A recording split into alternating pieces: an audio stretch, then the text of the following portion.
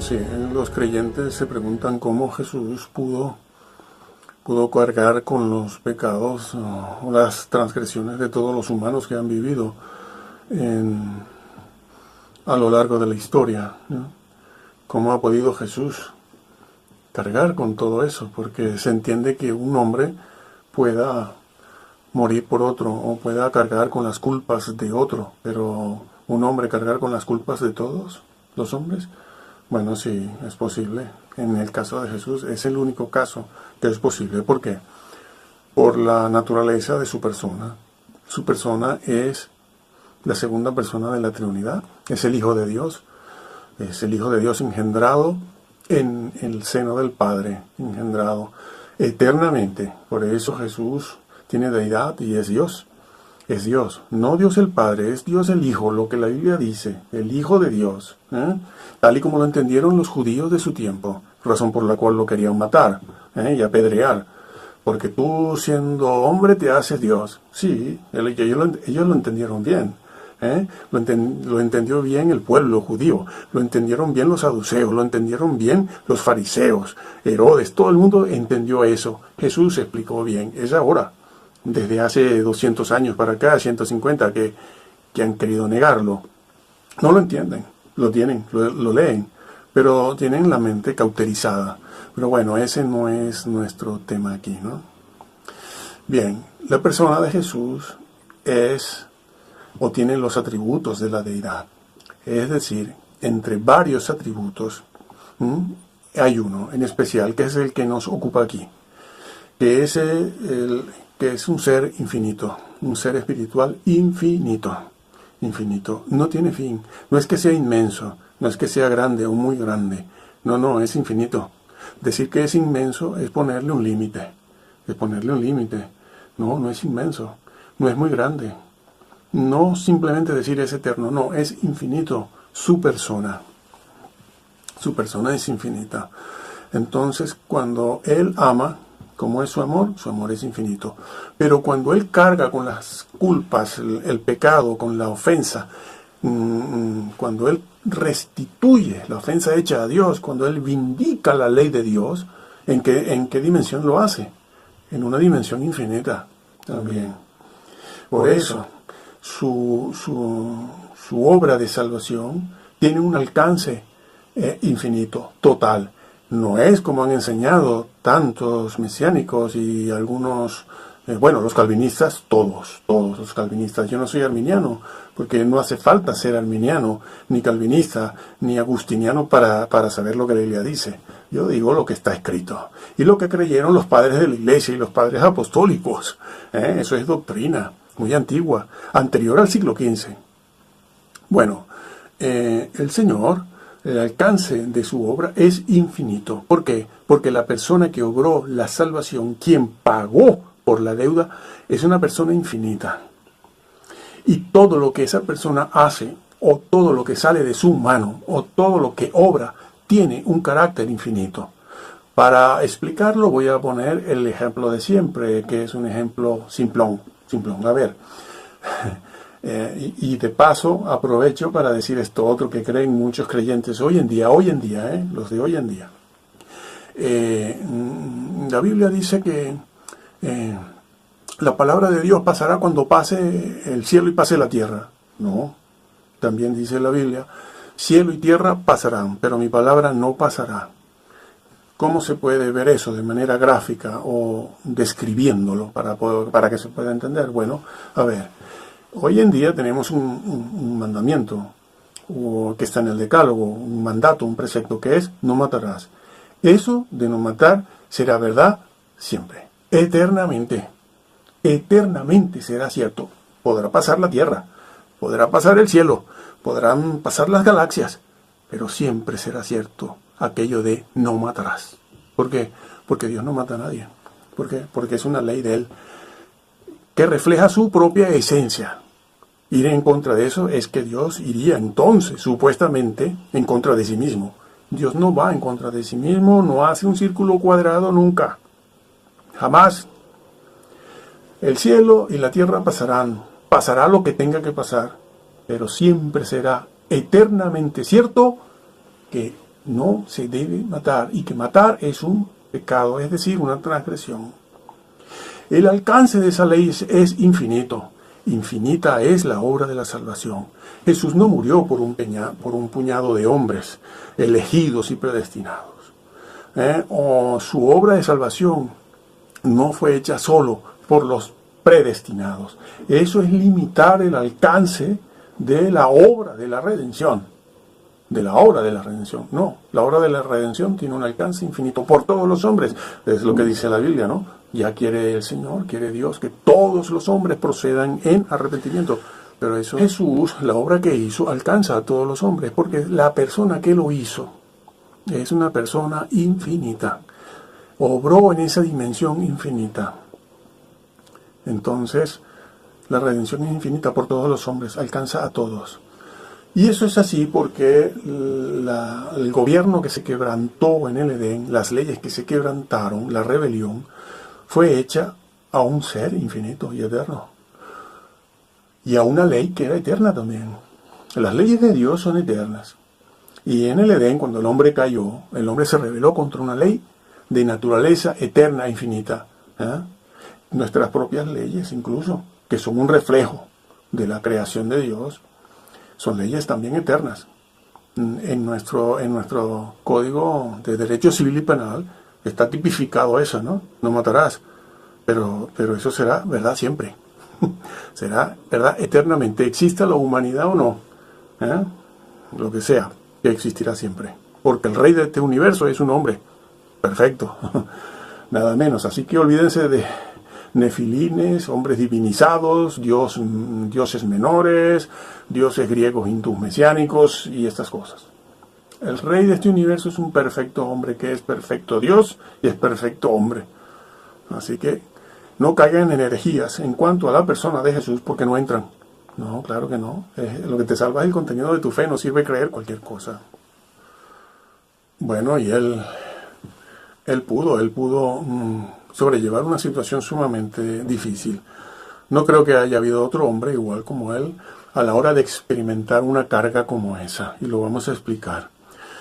Pero, repito, es bueno y es necesario repetir esto para que los creyentes puedan valorar a aquel en quien dicen creer y que esperamos todos que sea nuestro Salvador, pero eso depende de lo que sepamos de Él, aceptemos y le honremos, ¿no? Y no caigamos de ahí, porque de ahí se puede caer, Eso es tema para otro momento. Bueno, pero la persona de Jesús, su sufrimiento alcanzó el infinito también. El infinito. Esa es la razón por la que él ora en el Getsemaní de la manera en que lo hizo, en una gran agonía, al punto de tener y sufrir un infarto, ¿no? Véase cómo lo que sucede, lo que experimenta un ser humano cuando suda sangre. Eso no es tan fácil de que suceda. No sé cuántos casos han podido, reales, no inventados, reales en la historia así. Bueno, pero en Jesús se añadía el sufrimiento, al sufrimiento físico, fisiológico, orgánico, el moral, el espiritual. Esa es la razón por la que él, que sabía que tenía que ir a la cruz, en 3 oportunidades pide que le sea pasada aquella copa. ¿Por qué? Porque él es un humano perfecto. Repetimos aquí que la perfección de Jesús no consiste en no tener hambre, porque como era Dios, en no tener sueño, porque como era Dios, en no tener sed, porque como era Dios, pues él no, eso sería caer en un error gravísimo. Sería divinizar el cuerpo el cuerpo humano de Jesús. Jesús no divinizó su cuerpo humano ni en la hora suprema del sufrimiento, no echó mano al recurso de su fuerza o fortaleza divina, a su deidad, para poder mitigar y soportar el dolor físico, moral, espiritual que estaba experimentando como hombre, porque era un hombre el que tenía que redimir. Un hombre, no un ser divinizado, ni un arcángel, ni un Dios menor. Era un hombre perfecto. Y él se queda en la humanidad que el Padre le dio en María. Él se queda ahí y con esos recursos él obra la redención exitosamente. Lo hace. Entonces, los creyentes deben darse cuenta de que la santidad, la perfección de Jesús no está en no pasar hambre. Eso eran necesidades fisiológicas normales de su naturaleza humana perfecta. Es que eso es lo que nos garantiza que él era un humano perfecto. Precisamente, tenía sueño, le daba hambre, tenía que caminar, se cansaba. Cosas propias de la naturaleza humana de hombre, no de un hombre venido del cielo, como hemos explicado ya, sino de un hombre perfecto, pero humano. ¿Y en qué consistía su perfección? Su perfección era la moral, la perfección moral de Jesús, eso que llamamos santidad, lo que en la Biblia se entiende como santo, el santo ser que nacerá. El santo ser que nacerá. ¿Quién de vosotros me redarguye de pecado? Eso ya lo hemos explicado varias veces. Bueno, entonces, Jesús, como un humano perfecto, por 3 veces le pide al Señor que pase aquella copa de amargura, de dolor, de sufrimiento, donde su agonía, su sufrimiento iba a alcanzar una dimensión infinita también. Infinita, porque su ser es un ser infinito, su persona es infinita, vino del seno del Padre, y eso es lo normal. Eso demuestra que él es un ser humano normal completamente, quiere evitar el dolor, quiere evitar el sufrimiento, y eso es lo que pide. Pero le dice al Padre, a su Padre, le dice, pasa de mí esta copa, si es posible. Y el Padre le dijo, no es posible. No es posible. Para eso has ido y te has encarnado y has asumido naturaleza humana. ¿Te has hecho hombre? No, asumió. La segunda persona de la Trinidad asumió en su persona la naturaleza humana. Un aspecto más asume, porque como hemos repetido varias veces, Dios es capaz de 1000 acciones a la vez. Bueno, entonces, esa es la razón por la que Dios a los discípulos, a sus discípulos de todos los siglos y las edades, les pide y les garantiza que tienen que pasar por el martirio.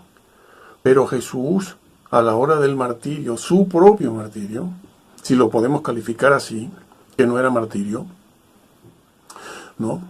Bueno, o no era solamente eso, él quiere huir, él quiere escapar de eso. ¿Por qué? Porque en su muerte, Jesús era una muerte vicaria, era una muerte en nuestro lugar. ¿Y eso qué era? Significaba pagar la sentencia del Edén. ¿Cuál era la sentencia del Edén? Condenación. La condenación por 10 años, no, condenación eterna, porque la ley que se quebrantó era eterna. La condenación, mejor dicho, la sentencia que le corresponde a esa ley quebrantada, tiene esa misma envergadura y dimensión. A una cosa le corresponde la otra.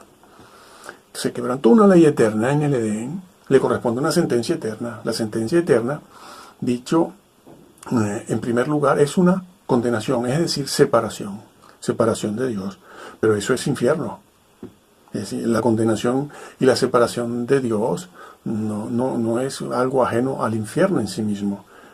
El infierno. Lo que pasa es que la figura del infierno ha sido trivializada, secularizada, también objeto de burla y de chabacanería. Pero el infierno es eso. Y él probó eso. ¿Por qué? Porque él tomó nuestro lugar.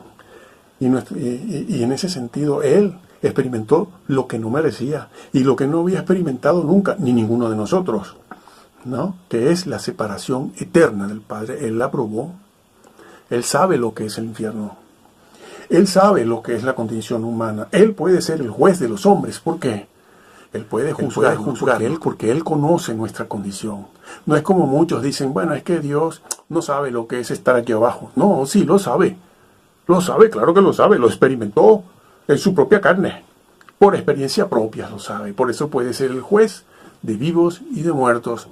Y todo juicio ha entregado Dios a su Hijo, porque Él es un humano. Él sabe lo que es estar aquí.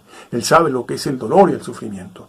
Y aquellos que le rechazan, aquellos que desvirtúan su persona, aquellos que malinterpretan a su persona y lo convierten en cualquier cosa menos en auténtico hombre y auténtico Dios, Esos van a sufrir un severo y duro juicio de parte del Señor por no haber leído la Biblia y creerle a la Biblia. Tan simple como eso, leerla y creerle.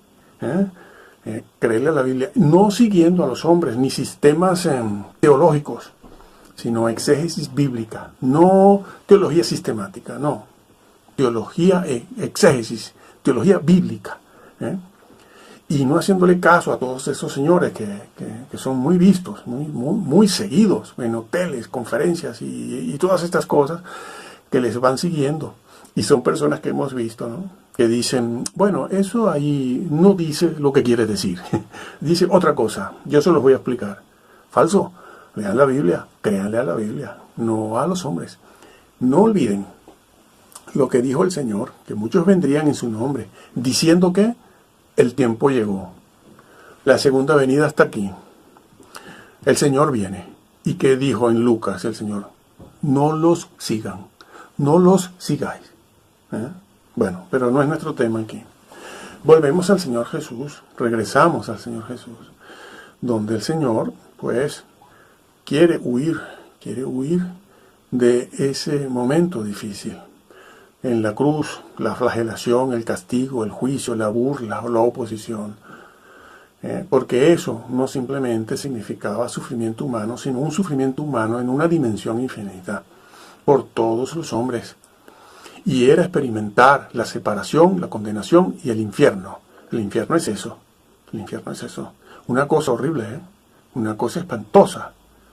Él, que siempre había vivido en el seno del Padre, con aquella gloria, porque él lo dice, él lo manifiesta en el Evangelio de Juan. Padre, devuélveme, por favor, aquella gloria que tuve contigo antes de la fundación del mundo, cuando tú y yo estábamos allí, en plena armonía, en plena situación de justicia, en un escenario completamente armónico, de la noche a la mañana, un ser que no conocía el pecado, que no sabía lo que era una mala inclinación ni un mal pensamiento, de la noche a la mañana se ve en el infierno, separado del Padre. Eso está escrito. Eso está escrito. Eso es lo que pagó Jesús. Por eso, Él quería huir de aquel momento, pero eso era lo propio de la naturaleza humana. Porque su perfección, terminamos repitiendo esto, su perfección era la moral, la santidad, la ética. La ética entendida como la entendemos hoy en día, ahora, de una conducta recta, correcta, conforme al decálogo.